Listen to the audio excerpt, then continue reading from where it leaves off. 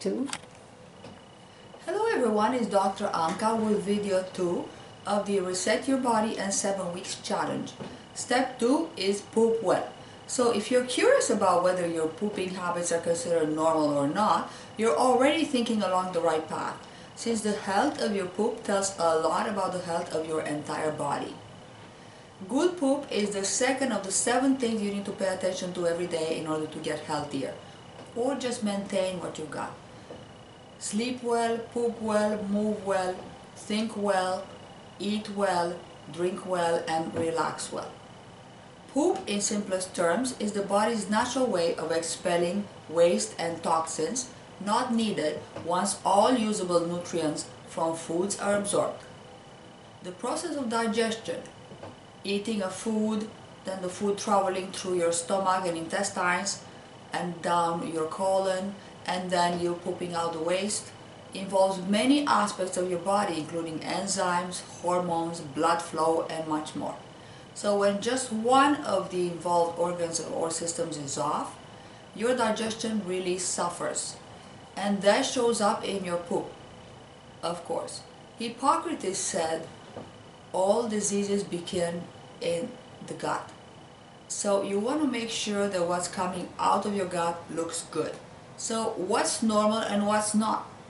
There are 3 main things to look for: frequency, form, and color. Number 1 is frequency. The amount of bowel movements a day that someone should have varies from person to person. So there isn't one specific number that is considered completely normal. However, most experts agree that it's important to go to the bathroom at least 3 or more times a week, at minimum. It's best to have at least 1 complete bowel movement a day. You should feel like your bowels have emptied rather than just partially eliminated. Some people go 2-3 times. This can be because of faster metabolism, more good bacteria, or the quality of the food they eat. More than 3 times a day, you're entering the world of diarrhea, which I will talk to about next. Some people will say that if you go every couple of days, it's fine. But I disagree. This is the body's greatest way to eliminate toxins, acids, and other stuff, bad stuff for you. So it's best to do it daily. The bottom line is that above all else, you want to make sure that things are pretty consistent from day to day. This shows you what is normal poop for your own body and clues you into when something internally is off. Number 2 thing that you have to watch for is form. This is important and it's not talked about very often. We want to make sure that our poop is well formed. This means you've digested and assimilated all the nutrients from our food and are eliminating acids and toxins properly. When you go to the bathroom, it's ideal to have a poop that is all connected in one long, smooth S shape. Poops like this develop when you're eating enough fiber, drinking plenty of hydrating water, and moving enough. However, a small poop that is thin or broken up into a few smaller poops is not something to be concerned about as long as this is normal for you and it does not cause you any discomfort. The color of a normal poop should be medium to dark brown. Although it may sound unpleasant, your poop smelling is actually not a bad sign. Poop smells because of the toxins that is helping draw out of your body and because of the bacteria involved in the gut lining. There is not any specific smell that is considered normal. Again, it's just important to keep an eye on things being consistent and comfortable for you. If you do notice a change in smell in your poop from not so great to very, very bad, this could be a sign that something more serious is taking place in your gut. If the smell continues for several days, you may want to see your doctor. You may have heard of the Bristol Stool Scale in the past, which was designed in 1990s by to be a medical aid that classifies poop into 7 categories. When physicians meet with patients and discuss their digestive health, they use this Bristol scale to locate the patient's typical poop and learn what may be causing a problem.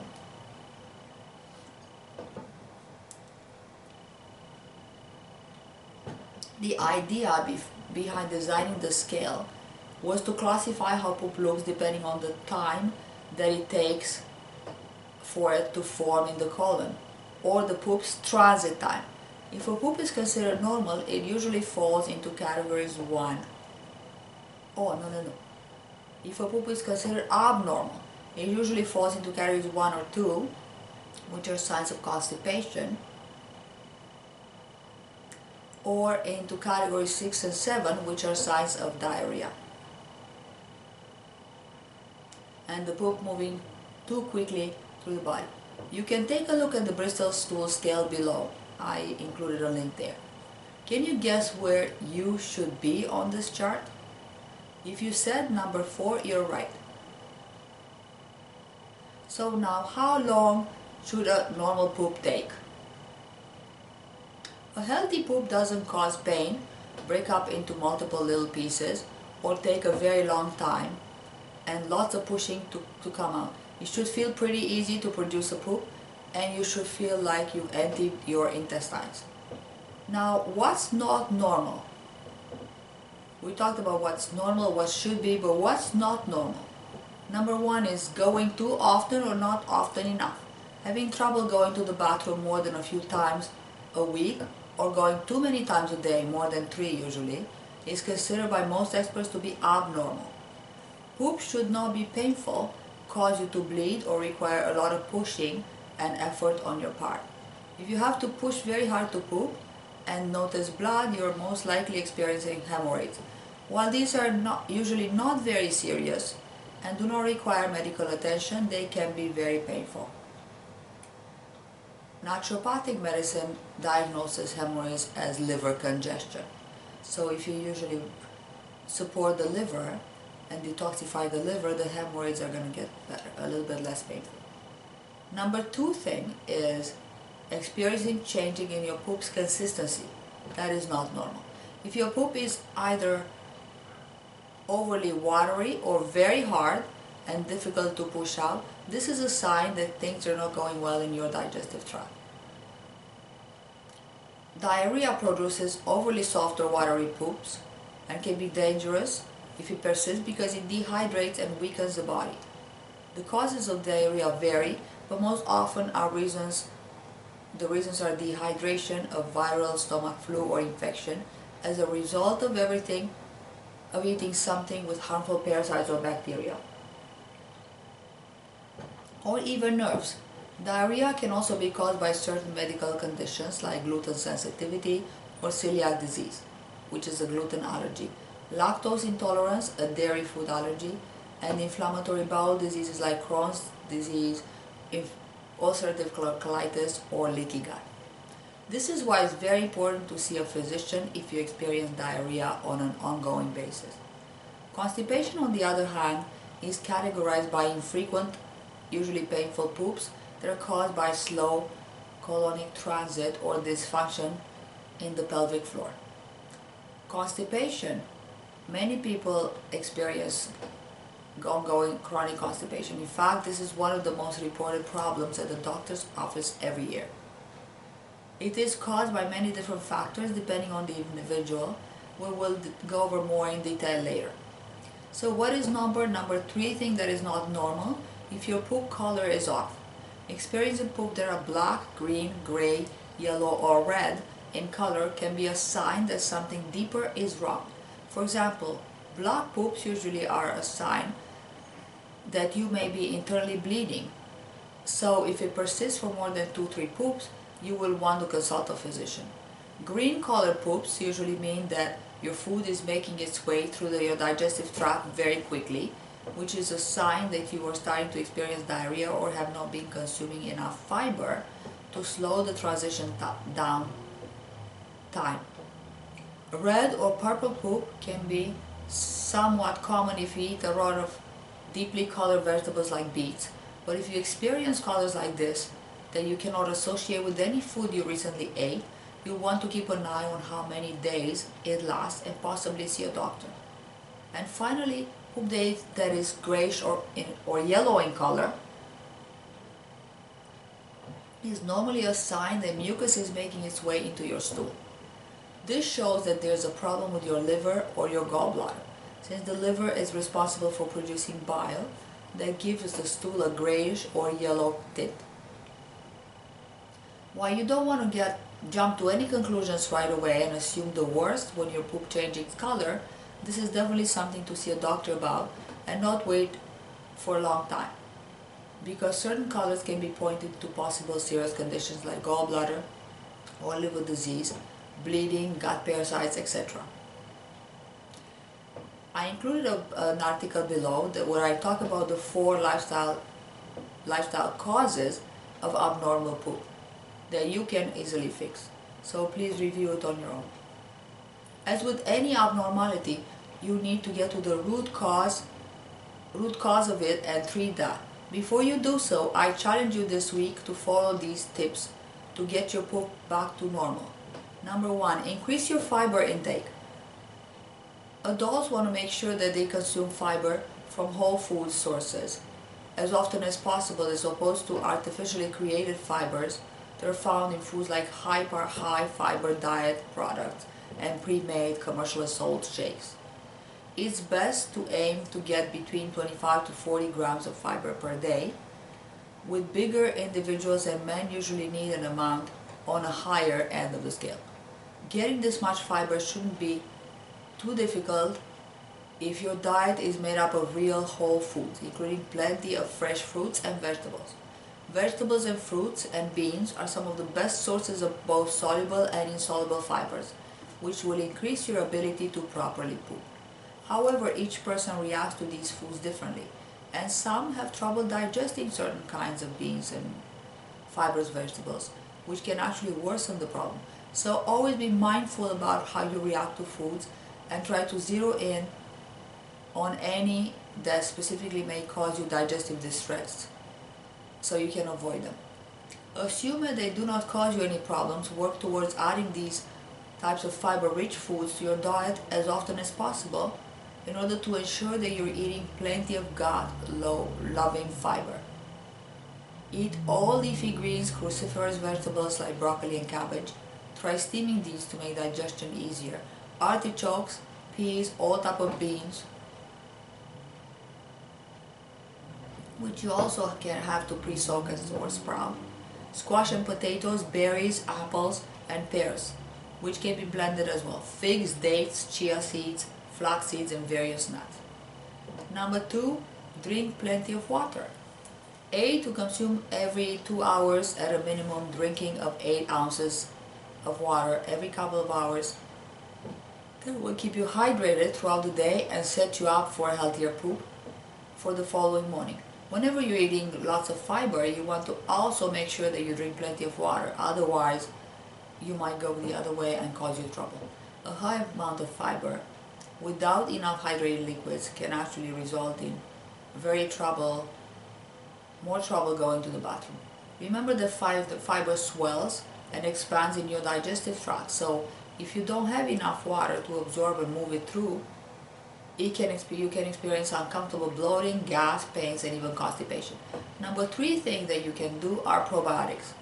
Probiotics can help create a healthy environment in your gut microflora.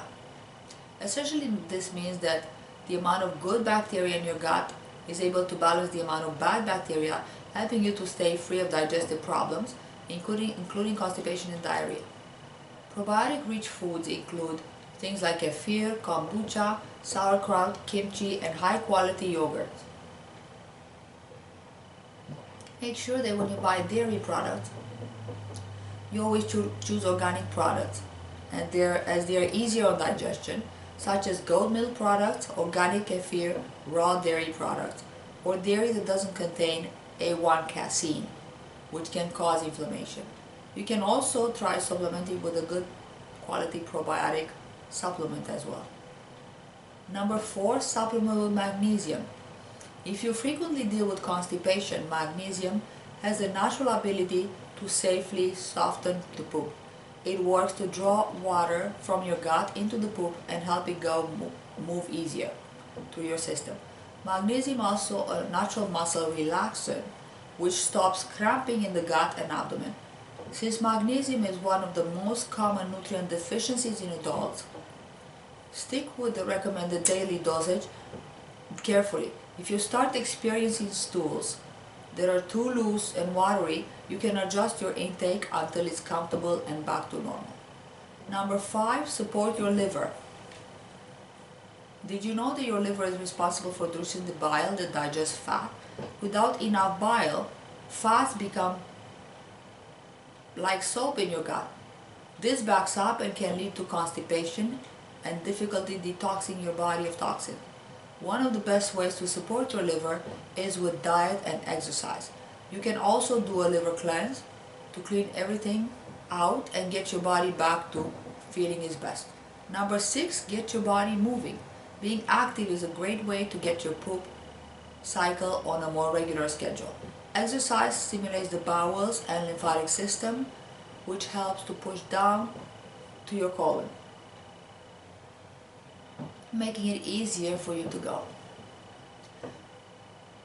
On top of this, exercise also relaxes your mind and reduces stress, which, as you know, is one of the biggest reasons for digestive troubles. Number 6 is position. Position for pooping. Don't you just sit on the toilet? Well, not ideally. Toilets are relatively new inventions in the history of humankind. Sitting on the pot is actually not the best position for pooping. When a person sits on a toilet to eliminate, the rectum is forced into a kinked position. This can cause us to strain in order to eliminate.